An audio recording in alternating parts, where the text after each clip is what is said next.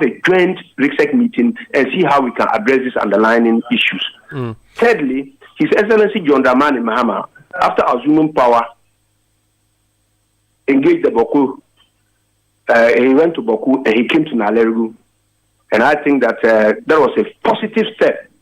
And I think behind the scenes, some engagements have started. And I think that they are very fruitful, and then maybe they will work to a permanent solution to the crisis. Okay. Your MP says you were not on top of issues, i.e., you did not advise for the imposition of the curfew, and that instead of the curfew being bottom up, it was rather up bottom. The directive came from Accra, which is something you have just said now. Is that the proper procedure? Let me throw clarity to that, yes. Omaru. The issue is this. We were given the opportunity to manage, which we agreed that we could manage the crisis on the ground. That was where we started the stakeholder engagement with the chiefs and the opinion leaders, thinking that that could give us positive results and it will minimize the skirmishes along the highway. So we started the engagement on Tuesday, continued on Wednesday, and continued up to Thursday. As I'm talking to you, on the Friday that the last brutal attack happened, there was supposed to be an engagement at Wungu with the community. So it appeared as if that as we started the engagement processes, it was not yielding results. We hadn't gotten to the root cause of the matter. And the skirmishes will keep going on. Certainly, we are there to take care of life and property. So there was nothing that we could do than to go along with the curfew. Yes, but the issue is that you were given the opportunity to fix this. It means then that you were incompetent at fixing it locally. That's why National had to intervene and say that I'm imposing a curfew. Omaru, if you use the word incompetent, then you are not fair to me. Okay. You failed to fix the problem. That's why National had to intervene to say we are imposing a curfew. Let me tell you. You see, issues of this nature are so dynamic that there's no one-cut solution to it, unless you have never been involved in a conflict situation before. When this issue happened, like I told you, there's a structure that you need to follow so that you can get the people involved to deal with the matter appropriately. But as I'm talking to you, when this issue came up, we got the information on Tuesday. I went to the overlord, engaged him and told him that, look, let us use these steps in getting this issue resolved. So we had a dialogue and we agreed. And the skirmishes happened between Walawale and Bolga. So we decided engaging the municipal chief, the municipal assembly, and the chief of Walawale. They agreed. The following day, Thursday, consultation started going on. But here is the case: those who are doing these atrocities, we don't know them. That is why we now want to engage the stakeholders so that there will be a broader stakeholder engagement, so that when the information goes wide, that look, that way is not the way to go. Attacks is not the way to go. Then we can now find a lasting solution for the skirmishes and see the way forward. These processes were going on.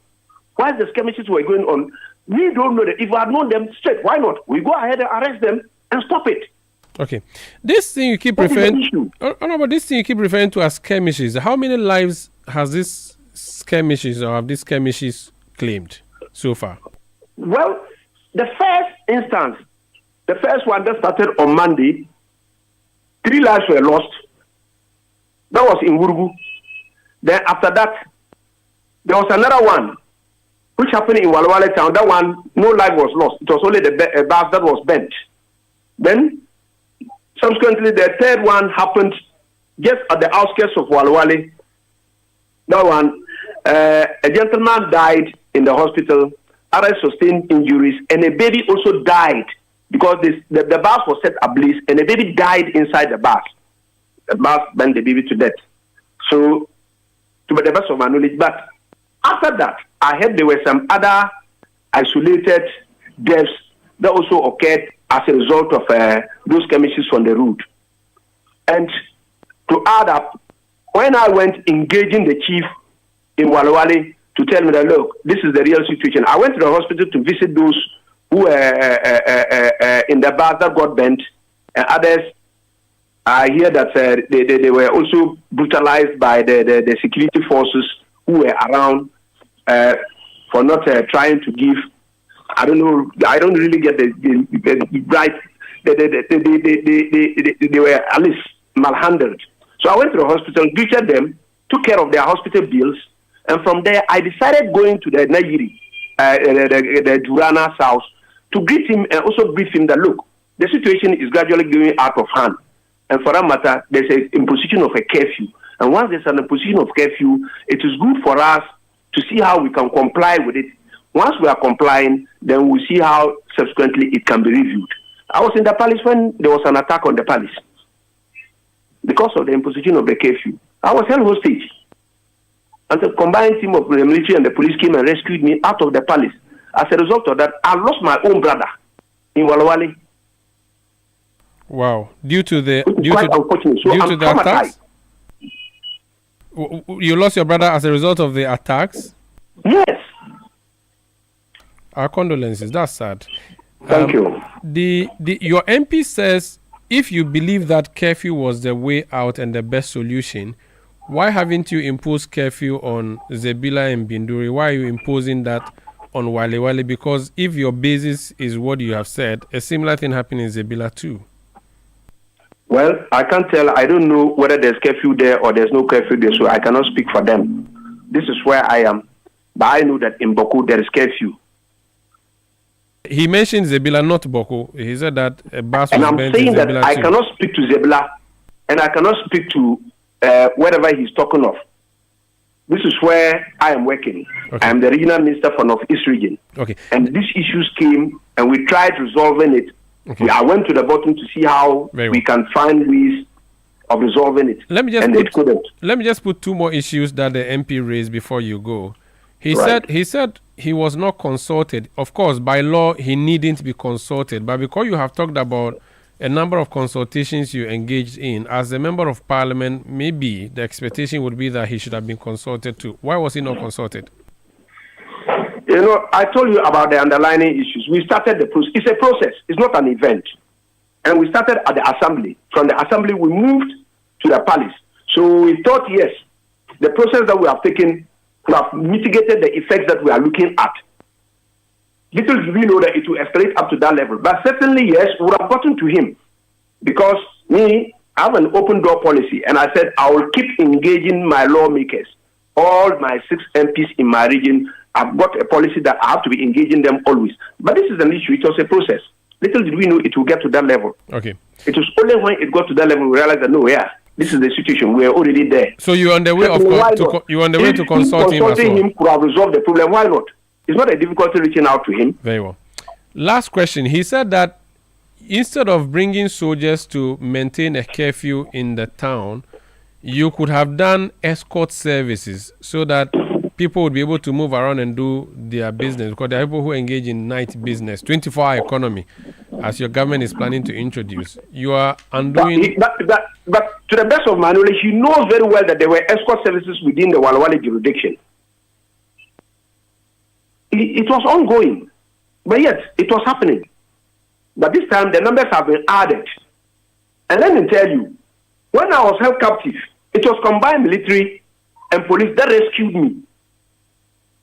So minister breached the curfew then? No, but who tells you that it was after 6 o'clock? Minister, but he said that. Is that what he told you? You said, no, you said you were caught up during curfew hours. I'm just saying that. No, I never said something like that. Oh, you said you were rescued by soldiers. Yes, I was rescued when I was on the hostage in the chief palace. Oh, not during a curfew hours. No. Okay, I thought you meant that it was curfew time and no, they had to help you. I didn't mean that. You assumed. No, that I was there. I'm sorry for the wrong assumption. When you said you were held hostage by curfew, when you said you were held hostage, I thought that under. I was held hostage. By who? At the palace. By the youth. They said they won't let you go out. They won't go out. But why? What have you done to them? That because of the curfew. They are imposed curfew on them. Oh, they are not happy with the curfew. Exactly so. So they say you should either you remove curfew or they'll put you under curfew. They were throwing stones at the palace, banging at the chief doors. The police came, tried to rescue me. There was no way. So they have to increase their reinforcement. The chief of Walewale. I tell you that, come again. The chief of Walewale. Yes. Do you know he listens to Eyewitness News? The last I went to interview him in December. I saw a nice radio set in his palace. He said to me he's been listening all that I'm saying, I did all this in consultation with the chief. I see. That's good. Yeah. Okay. Please extend our regards to him. Tell him that we are happy he's been listening to us. Thank you so much. And haven't you witnessed that my vehicle was vandalized? I saw that. Our correspondent sent us that information. You see that? Yes. So even you are not safe. But that's the issue. I'm sorry for you. We are humble servants, so we are there to serve the people. So it's part of the work that we are doing. Very well. Please take care of yourself and try and find peace in that area. No, we are working. We are consulting. Certainly, there will be a way out. Thank you for speaking to us. I am not happy too that my people are under curfew. Certainly. We don't have a lot of time. I would have asked you about your new Council of State member, but I think we can talk about that later, because the last time when I digressed with Kabiru, you were not happy, so I will not digress with you. Thank you for speaking to us. Grateful, sir. That's Honorable Ibrahim Tia. He's the Northeast Regional Minister, speaking to us about the curfew that was imposed on the Wali town. This is Eyewitness News on 97.3 CTFM. I'm talking about curfews. I'm just seeing on our news dashboard information from the Minister for the Interior, MP4 Asuwasi in the Ashanti region, the Honorable Mohammed Muntaka Mubarak. And the information is that the Minister for the Interior has, by executive instrument, renewed the curfew hours imposed on Bawku municipality and its environs in the Upper East region from 8 p.m. to 5 a.m. effective Monday, February 17, 2025. Government calls on chiefs, elders, opinion leaders, youth, and people of the area to exercise restraint in the face of the challenges confronting them, as well as to use non-violent means to channel their energies into ensuring peace. Meanwhile, there is a total ban on all persons in the aforementioned communities and their environs from carrying arms, ammunition, or any offensive weapon, and any persons found with any arms or ammunition will be arrested and prosecuted. And this signed by Honorable Mohammed Muntaka Mubarak, MP, Minister for the Interior. Let's talk about something else in the neighboring region of Oti, and this has not got anything to do with curfew, but rather stranded passengers. We are told that the ferry that ferries people across the river at Dambai broke down since yesterday or so, and people are not able to cross. Charles Auranyi is Assembly Member for Dambai Central. He's joined us on the line. Sir, you're welcome to Eyewitness News. Hello, sir. Hello. Yes, good evening and welcome to Eyewitness News. Good evening. We are told that the ferry that ferries people across the Volta from the Oti regional capital, Dambai, has broken down, and as a result, people are stranded. Can you tell us more on when did this happen? No. Please, thank you. Thank you very much for calling. My name is Auranyi Charles, Dambai Central Assembly Member. The ferry goes for yesterday around 9 o'clock. But rather unfortunate, today also is market day. And some of the cars and then the yams, some of the cars from the other side to Dambai, they are stranded.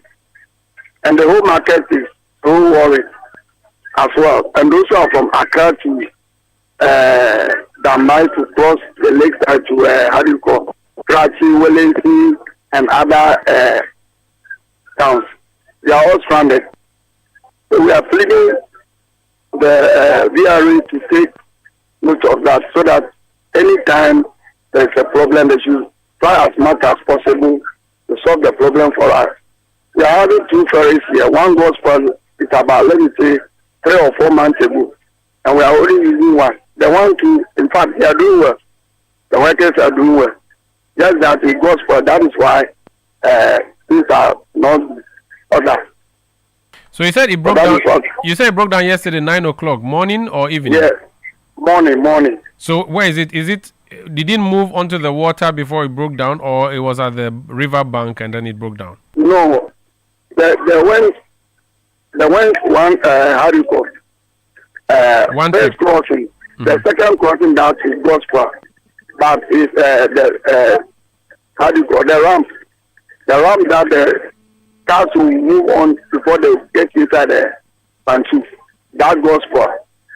So without the ramp, nothing can be done. So I think the weathers and the engineers are on doing it. Since yesterday up to date, they are still on. So where is the ferry now?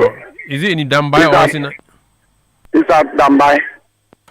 Which means that you don't have goods or vehicles on it. It is empty. No, it is empty. So it was coming to load passengers and goods. Load passengers and goods. What? So I was authorized by one of your staff members to take a video. So I've taken the video. I'm not going to send to you and record. So after everything, I'll send the video to you. Okay. So now the cars just line up from the lakeside to Ghana Commercial Bank. These are cars that are hoping to drive on the ferry to be ferried across. Yeah. How desperate is it? Are there no alternative routes for people to move from the market center? And the alternative that we have engine boats. And the engine boats, they can load, a sack, and then there are some petty things that they can put it inside the boat, and then the passengers too. But the cars that load from the other side, which is Mandizel, Kiarino, the yams that are inside is too plenty. They can't remove it. So if it is 1 week or 3 days or whatever, they will just be remain there, so the yam will go spoil. So when it happens like that, then people are running at loss. Is there no alternative means of movement? What I mean is that, so if you can't go through the ferry and you still want to go to Wulensi, can't you use other routes? Isn't the Eastern Corridor an alternative? And before you use other route, unless you pass through Kwanta South, then you pass through Damanku before you get to the other side. And that place is far from where we are. So if you are not aware about the ferry that goes for, before you realize you are Dambai, you can't go back again. How regularly does the ferry break down? Please come again. The ferry, does it break down all the time or is it a one-off thing?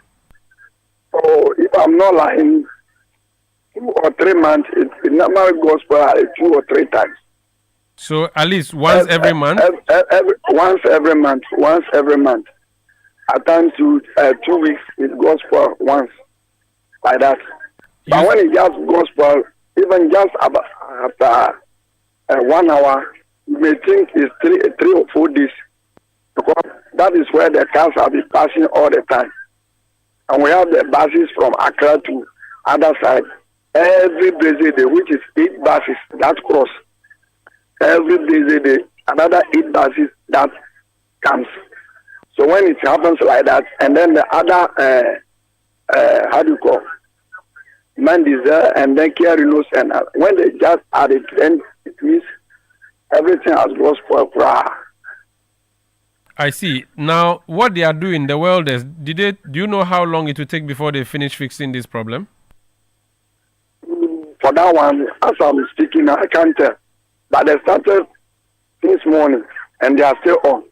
As I'm speaking now, I'm just with them. They are still on process. You said the other second ferry broke down 3 to 4 months now. Is that one also been fixed or is been abandoned? For that one, that is abandoned. So now you have only one, and that one was broken down. Yes. Baba now is here. Thank you for speaking to us. Sorry about that. Okay. That's Charles Auranyi. Yes, you want to say something? Yeah. I have the videos about the cars, and then great. So after the speech, I will send the videos to you. Fantastic. Please send it to Mohammed Aminu Alabira. He's in Northeast region. He's waiting for your video. Thank you. Thank you, sir. That's Charles Auranyi. He's assembly member for Dambai Central, a lecture area in the Oti regional capital, Dambai, where the ferry, we are told, has broken down and welders are busy fixing it. Hawa, have you used a ferry before? No, please. You have no? Oh, sorry for you. What other story do you have for us? Okay, I'm told that we'll do business news, which is coming up next. Yes, please. And then we'll go for Point Blank. This is Eyewitness News. We'll be back. Please stay. Eyewitness News. Be there as it happens. Are you feeling tired after a hard day's work? Have you lost your appetite even for your favorite dish? Viral Blood Tonic is a nutritionally balanced, pleasant-tasting tonic fortified with iron and vitamins to boost your appetite and energy levels for high performance. Viral Blood Tonic, easy to take and good for the family. Viral from Danex Iting Starwin PLC. If symptoms persist after 48 hours, consult a physician. This advert is FDA approved. Let your voice be heard on Eyewitness News on Facebook at facebook.com/City97.3, Twitter at twitter.com/City973, and Instagram at instagram.com/City973 with the hashtag Eyewitness News. Eyewitness News. Be there as it happens. Get the details. Every significant financial transaction, every market movement, and all the policies that affect your business. City Business News. Be informed. Time now for City Business News on Eyewitness News. I am Hawaii Mustafa. Now, government and the International Monetary Fund, IMF, are yet to finalize negotiations on proposed tax cuts expected in the first budget of the John Mahama administration. Finance Minister Dr. Kasia Olatufosin is considering scrapping key tax handles, including the e-levy, COVID-19 levy, and Burton tax in the 2025 fiscal plan to be presented in March.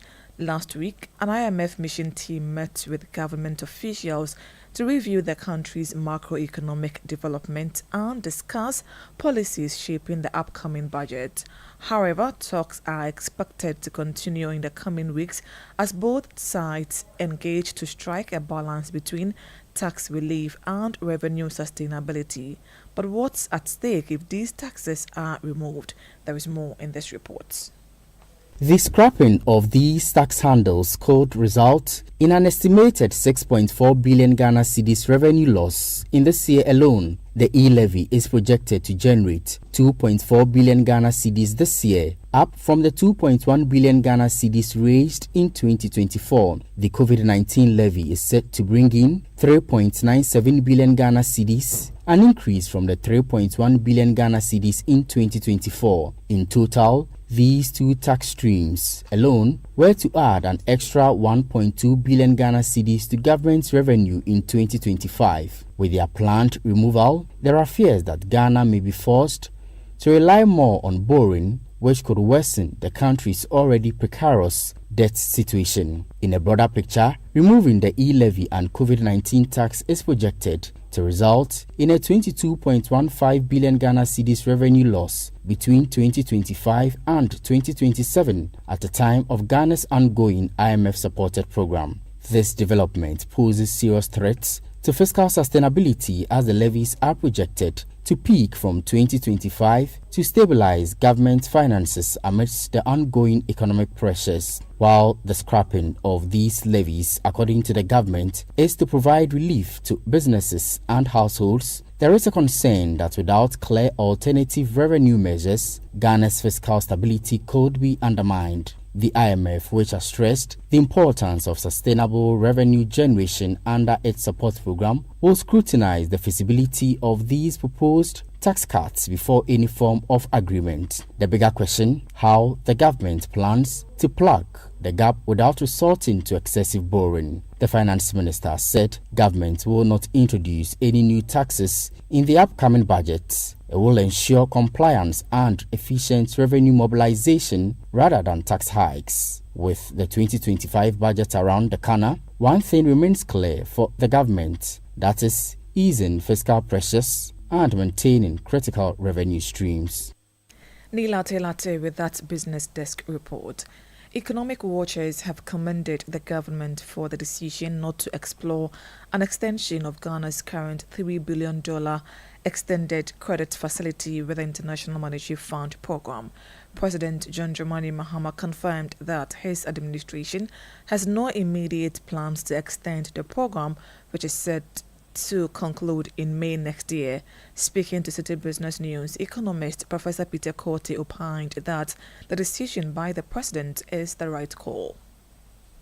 Although we have done the things that we are supposed to do under an IMF program, and therefore our economy has been able to perform better when we are under a program, we need to be able to put our house in order. So they need not to expend, or they plan to keep the current period. I think it's in order.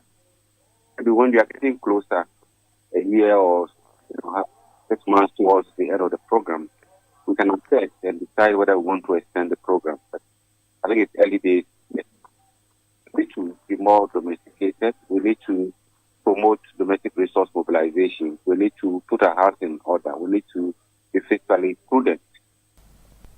Head economist Professor Peter Korte. Consumers of petroleum products can breathe a sigh of relief as fuel prices have begun to decline marginally at some oil marketing companies with the start of the second pricing window of February. This marks the first fuel price reduction of the year. City Business News' Daniel Sakiti has more in this report. Total Energies has taken the lead in adjusting prices, reducing both petrol and diesel to 15 cedis 99 pesos per litre, down from the 16 cedis 15 pesos in the first pricing window of the month. Notably, the company had maintained its price at 16 cedis 15 pesos, while other OMCs increased theirs earlier in the month. Shell has also reduced the price of diesel to 15 cedis 99 pesos per litre, down from the 16 cedis 9 pesos in the first pricing window of the month. The price of petrol has also dropped from 16 cedis 23 pesos to 15 cedis 89 pesos per litre in the second pricing window of the month. The new development marks the first decline in fuel prices this year after 3 consecutive increases. Industry analysts attribute the reduction to a decline in crude oil prices on the international market, along with other market dynamics affecting local pricing. Meanwhile, the Chamber of Petroleum Consumers is calling for decisive action to curb the depreciation of the cedi, which often offsets reduction in fuel prices when global petroleum prices decline. Duncan Amwa is Executive Secretary of COPEC. It's been a year that we should have seen prices decline, but the first 3 windows you and I saw, we had rather increases due to the fact that we didn't plan those laycans well, so there was some imbalance with your products. As I speak with you, BOST seem to have stepped up their efforts at getting products to the market. And so about 2 cargoes have so far arrived. That means that you would have enough product in the system. And so once the cedi is not misbehaving that badly, the natural effect is that you are likely to see these pump prices decline. I think that the guys at BOST are currently doing something good. We would wish that they sustain that. And then again, the managers of the currency should also do whatever they can to ensure that the currency does not depreciate further. Executive Secretary of COPEC, Duncan Amwa, ending that report by City Business News' Daniel Sakiti. In its quest to enhance efficiency and optimize operations within the Communications Ministry and its agencies, Minister for Communications, Digital Technology and Innovation Samuel Nate George has requested CVs from all directors and senior management staff. In a media advisory, the ministry confirmed that the first phase of the restructuring has already taken effect, impacting key institutions such as the National Communications Authority and the Ghana Digital Acceleration Program. The restructuring aims to streamline governance, boost productivity, and drive innovation in Ghana's digital space. Additional changes are expected in the coming weeks as the ministry positions itself for greater efficiency and effectiveness. The sector minister has also assured staff that these reforms will build a more agile and result-driven institutions. And that's it for City Business News on Eyewitness News. I am Hawa Idrisu Mustafa. Up next is Point Blank. Let your voice be heard on Eyewitness News on Facebook at facebook.com/City97.3, Twitter at twitter.com/City973, and Instagram at instagram.com/City973 with the hashtag Eyewitness News. Oh, jump on now. Go, the go. Gugomi, at what time when you come back where I don't hear the sound of your car? Why you buy new car? No, I not change my car. It be the same ride. It be the fuel way I change. Way one shouts it. Ever since I started using the all-new Excellium Premium Fuel, fortified with 3-in-1 action. Oh, Joe, now my car they run like electric car. No, it's so. This is the type of fuel where they want to. Because now engine they cost. Where they want for way if I buy it, it go protect my engine. And with the small way I buy, I'll go drive, sir. Absolutely. It's like strapping a turbocharger to your engine and giving it a protector. And what they bust my mind, Seth, be the 3-in-1 action, no? Excellium, they prevent up to 99% of deposit. It be anti-wear, some be anti-corrosion. Won't pay when I open them. Hey, so where can I find this magical fuel? Just head over to any Total Energy service station and your car will thank you. Hey, then make a finish my gobe fast, then rush go Total Energies. My friend, but why your hand my gobe inside? I give you info. Make a fill the gobe too small. The go. Excellium is designed to protect your car engine, decrease fuel consumption, and lower CO2 emissions. Don't say fuel, say Excellium. Choose Excellium, choose quality. Channel 1 TV is live on DSTV, GoTV, and HD+. On DSTV, find us on Channel 363. On GoTV, we're on Channel 117. And on HD+, get us on Channel 108. On a digital TV, run a new search. But take note that without an antenna, you cannot access Channel 1 TV. Channel 1 TV can be accessed on any free-to-air digital box, like the DSTV and HD+ boxes. Channel 1 TV, telling your story, empowering change. Eyewitness News. Be there as it happens.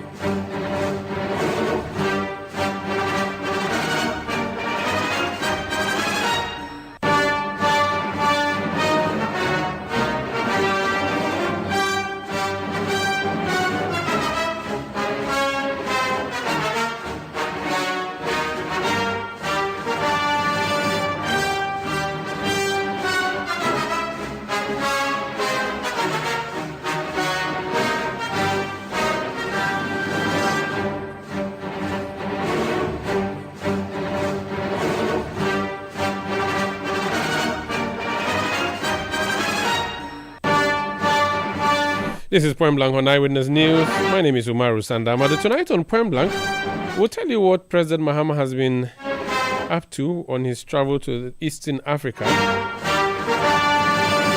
He was in Ethiopia for the AU Summit. Also attended the Africa Business Forum 2025 after the summit. We'll be telling you what he's been saying there. Plus, he had an engagement with the Ghanaian community in Ethiopia or Ethiopia. We'll be sharing details of what the president has been saying.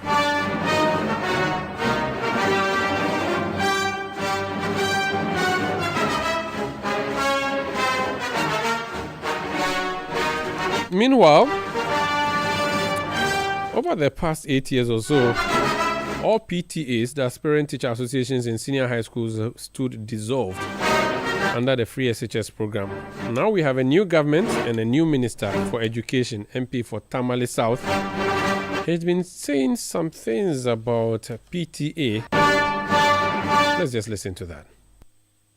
I am particularly happy to announce that PTAs will be introduced back into the management of education in Ghana under the presidency of Excellency John Dramani Mahama, to work for parents and teachers to work together to improve earning outcomes in our educational institutions, and for PTAs to support our educational institutions to produce quality human capital for our country.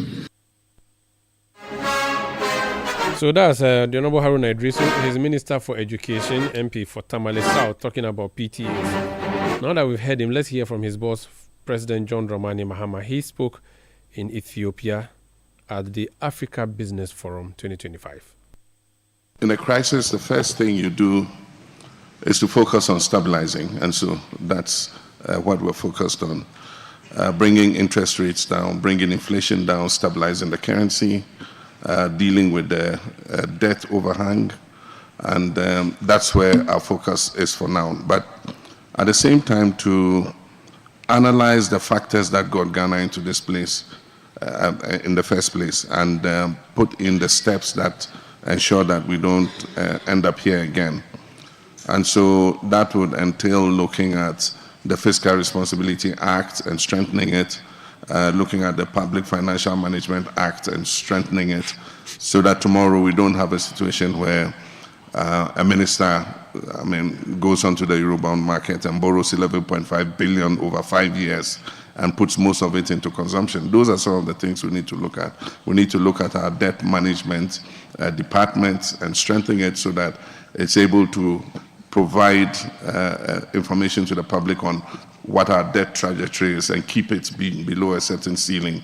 We need to introduce an independent value for money office so that we're making sure that our projects are coming in at the right value and at the right cost.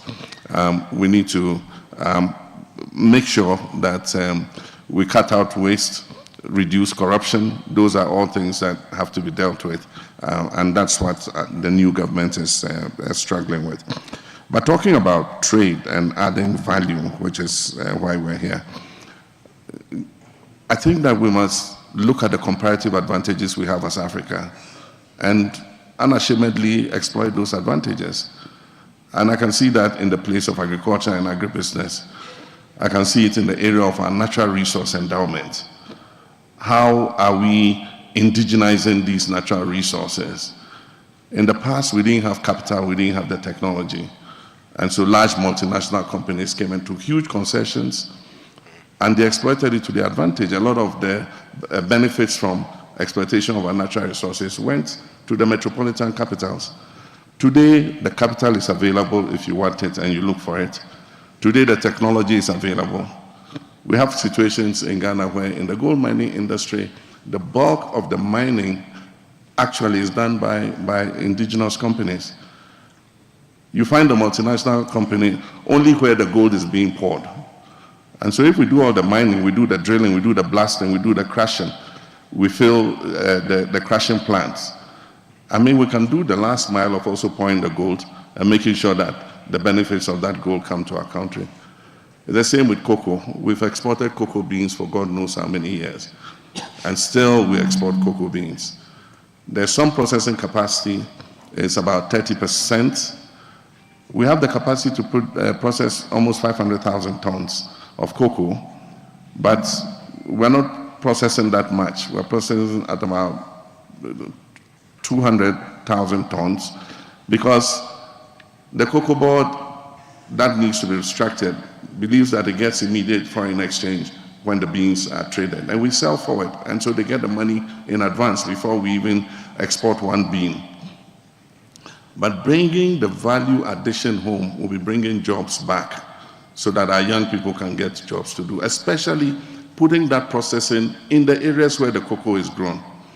And that's why we're excited about the initiative between Ghana and Cote d'Ivoire, because together we produce about 80% of the world's cocoa.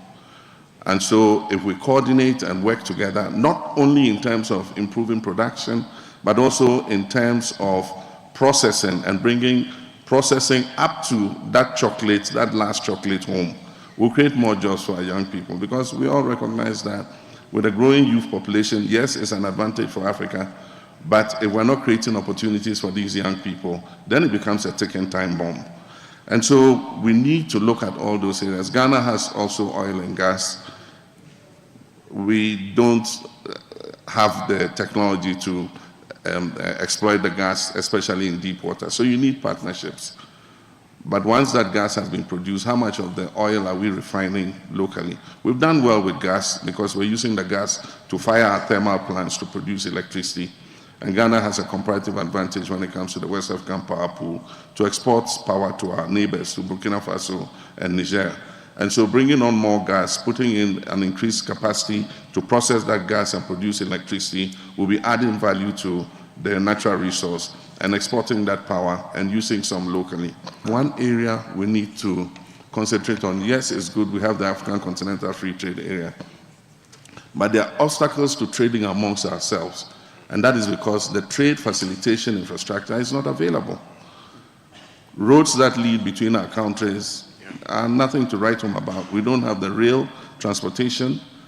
We don't have the ports. We need expanded ports that are faster, handle goods in a faster way. And that's why I think that we must focus on what we call the trade corridors. In West Africa, we have the Abidjan-Lagos corridor. We don't have an expressway between the 4 countries that constitute, the 5 countries that constitute the corridor. There's been a lot of work on it from when I was vice president. We signed the initial MOU. I think we've made some progress. It's now left with looking for the financing to put the expressway in so that we can move goods from Lagos to Abidjan through Benin, Togo, and Ghana, and be able to trade easily amongst ourselves. I know there are more other corridors that exist, Lobito, Durban to Lubumbashi, and all that. How can we improve these corridors, improve the infrastructure, so that we can seamlessly exchange goods and services amongst ourselves? I think that's what's important. The African Continental Free Trade Area was a very important breakthrough. We've been working on this for God knows how many years, and we're happy that we have it at last. But how do we remove the obstacles to trade amongst ourselves? I think this is one issue that we should be looking at. This is the first time, and I know it won't be the last time. Well, community, anytime we've had the opportunity to come to attend the AU conference. Let me try.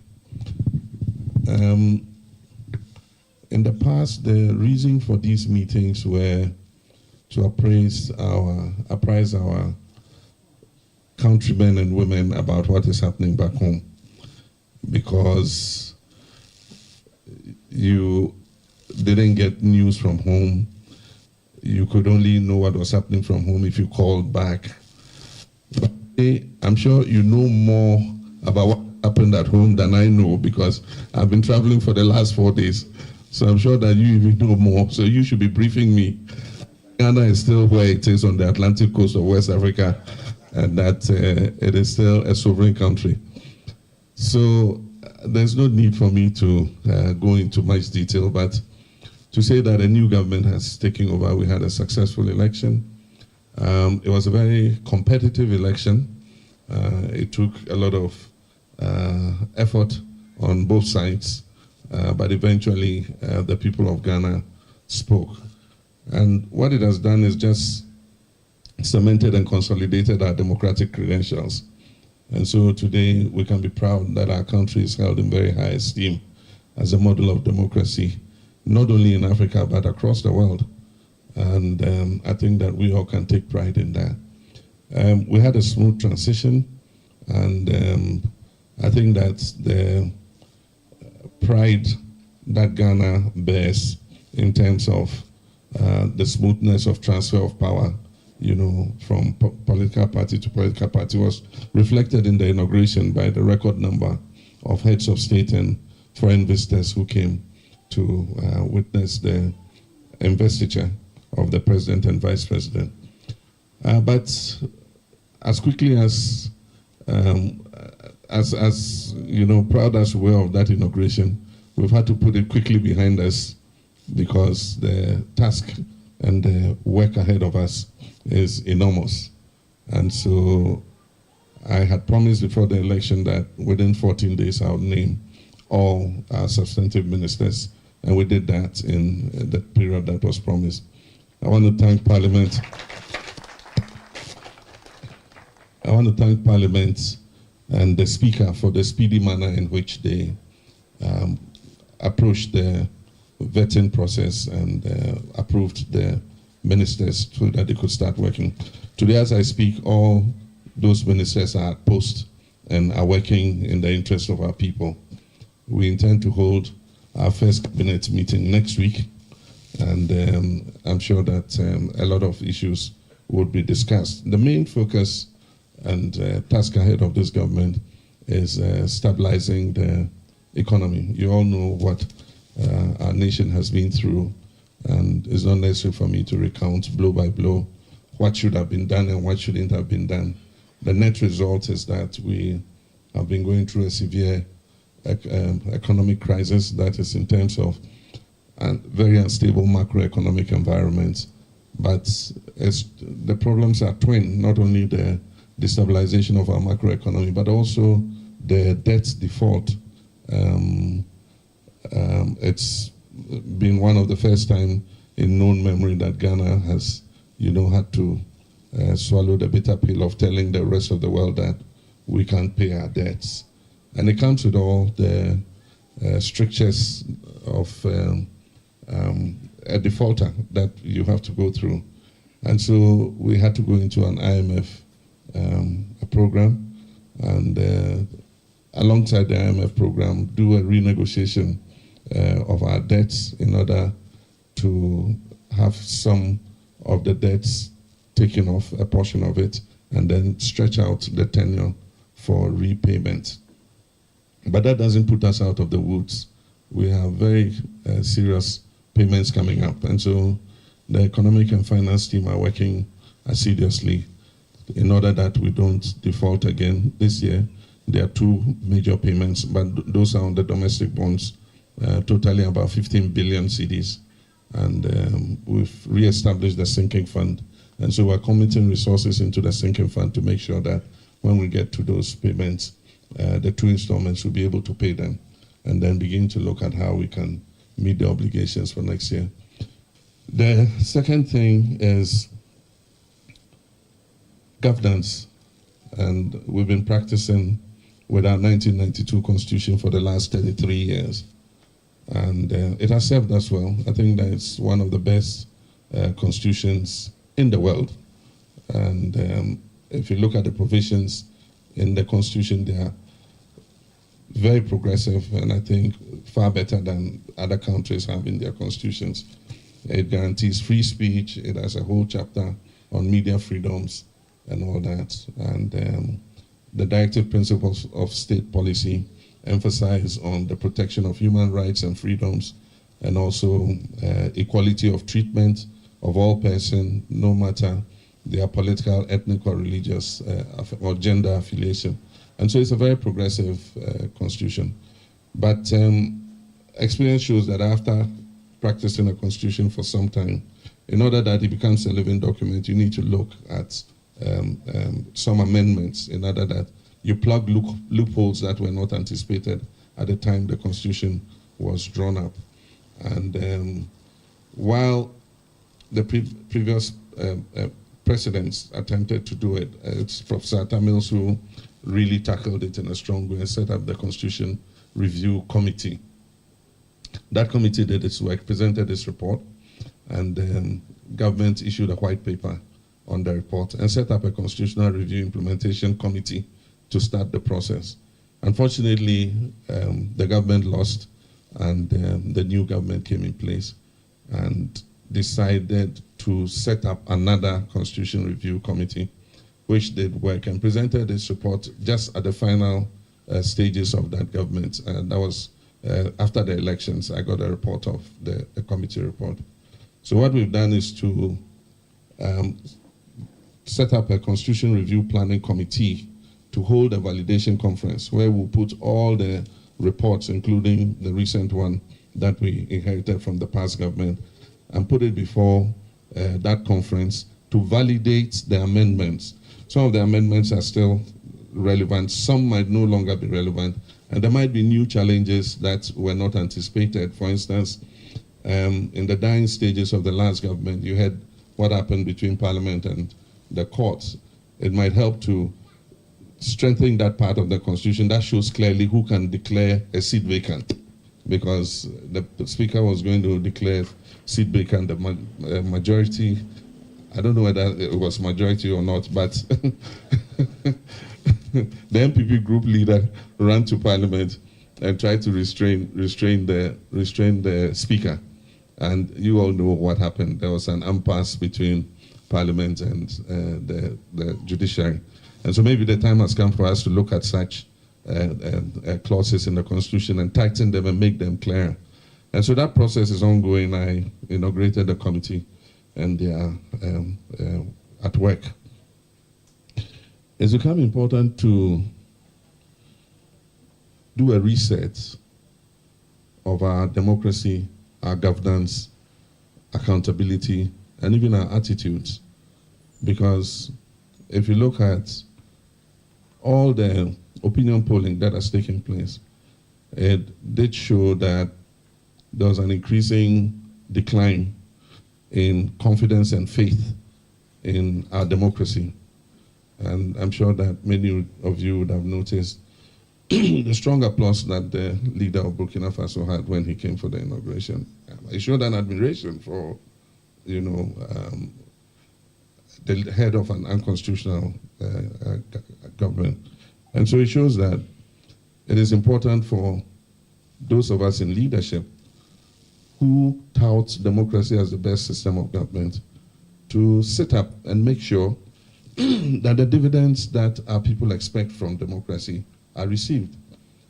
In 1992, when we passed the new constitution, we all were excited because we said a new era had come, and things were going to get better, there were going to be prosperity, and there would be shared growth, everybody would have opportunities and all that.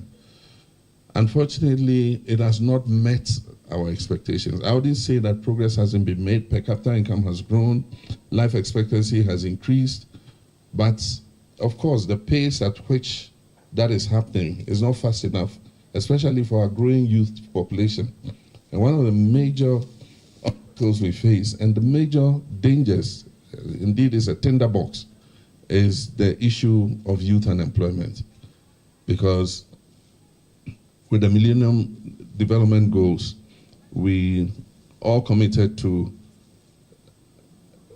100% enrollment of primary school enrollment, and we achieved it. At the end of the Millennium Development Goals, Ghana was at 97% enrollment. And we had also achieved gender parity in enrollment of boys and girls. As many girls were going to school as boys. Now that cohort that we proudly said we had achieved have gone through primary school, come through secondary school.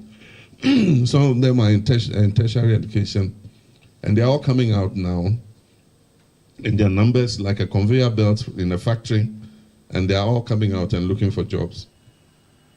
Unfortunately, the economy has not been growing as fast as it should to be able to throw out the opportunities that they need. Many governments have attempted one thing or the other, but always it's been an ad hoc knee-jerk, not sustainable. And so you have NAPCO comes to mind as a recent example, and the students were kept. The students were kept in the program for 3 years. They have completed the 3 years, but there's no transition into automatic jobs. So that's President John Dramani Mahama in Ethiopia speaking to a cross-section of Ghanaians living there, essentially giving them a summary of events back home. He was speaking to them on the back of the AU summit which he attended and the African Business Forum which he went to address as well. That's by way of Eyewitness News tonight. The show came to you from our studios in Accra. My name is Umaru Sandamado. I did this with Hawa Idrisu Mustafa. Production by Kobina Wilson, Beverly London, Sami Wiafi, and Juliana Asari. The technical support from Daniel Squashy. New media support from the new media team of 97.3 CTFM, led by Emmanuel Owusu. We'll be back tomorrow at 17:30 GMT. Thank you for listening, and have a good night.